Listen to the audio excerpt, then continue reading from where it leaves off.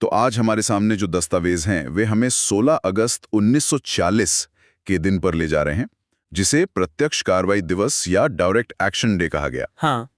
ये दस्तावेज भारत के विभाजन और खासकर कलकत्ता में हुई भयानक हिंसा से जुड़े हैं। आज हमारी कोशिश इन दस्तावेजों के जरिए इस तारीख के मायने और इसके असर को समझने की है। बिल्कुल, और ये सिर्फ एक तारीख नहीं है, मतलब जैसा आपने कहा, इतिहास का एक ऐसा पन्ना है जिसने आने वाले वक्त पर बहुत गहरा असर डाला। दस्तावेजों को देखते हुए ये साफ लगता है कि इस दिन की घोषणा के पीछे मंशा शायद कुछ और थी, लेकिन जमीनी हकीकत कुछ और ही निकली। हाँ, तो इन दस्तावेजों के मुताबिक ये प्रत्यक्ष कार्रवाई दिवस आखिर था क्या? ऐसा लगता है कि ये मुस्लिम लीग का एक आह्वान था, है ना? उन्होंने ही हाँ, बिल्कुल। मोहम्मद अली जिन्ना के नेतृत्व में मुस्लिम लीग ने ही ये कॉल दी थी। अच्छा। जो दस्तावेज हमारे पास हैं, उनमें से कुछ इस बात पर जोर देते हैं कि इसका घोषित उद्देश्य था ब्रिटिश सरकार और कांग्रेस पर, आप कह सकते हैं, दबाव बनाना। दबाव। लीग की मांग थी कि भाई भारत का बंटवारा हो और मुसलमानों के लिए एक अलग मुल्क पाकिस्तान बने। और शायद कैबिनेट मिशन प्लान की विफलता के बाद लीग एक तरह से अपनी ताकत दिखाना चाहती थी। अच्छा, तो मतलब प्रेशर बनाने की एक रणनीति। लेकिन दस्तावेजों में इस बात का भी जिक्र है कि प्रत्यक्ष कार्रवाई का मतलब क्या होगा, इसे लेकर काफी स्पष्ट नहीं था। क्या ये शांतिपूर्ण प्रदर्शन था या कुछ और? हाँ, यहीं पर बात थोड़ी उलझ जाती है। कुछ दस्तावेज इशारा करते हैं कि शायद जो टॉप लीडरशिप थी, उनकी मंशा बड़े पैमाने पर हिंसा की नहीं रही हो। शायद। लेकिन कार्रवाई शब्द की व्याख्या वो जमीनी स्तर पर अलग अलग तरह से की गई, और खासकर कलकत्ता में, जो उस वक्त बंगाल की राजधानी थी और जहां मुस्लिम लीग की सरकार भी थी, वहां हालात बेकाबू हो गए। और फिर जो हुआ उसे ग्रेट कलकत्ता किलिंग कहा गया। इन दस्तावेजों में हिंसा के जो डिटेल्स हैं वो तो दिल दहला देते हैं। बिल्कुल।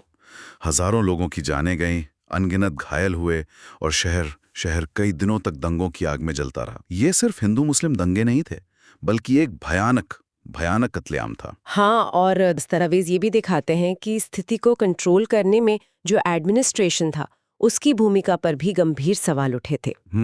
कुछ रिपोर्ट्स पुलिस की निष्क्रियता या कह लें कि पक्षपात का आरोप लगाती हैं। ये समझना जरूरी है कि ये हिंसा एकदम से नहीं भड़की।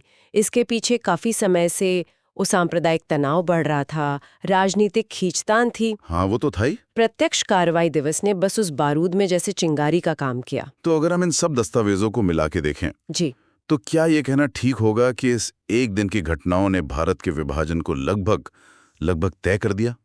जो थोड़ी बहुत बातचीत या समझौते की गुंजाइश बची थी, क्या वो खत्म हो गई इसके बाद? आप कह सकती हैं रक्त रंजित भी बना दिया। जो डर था वो जैसे हकीकत बनकर सामने आ गया।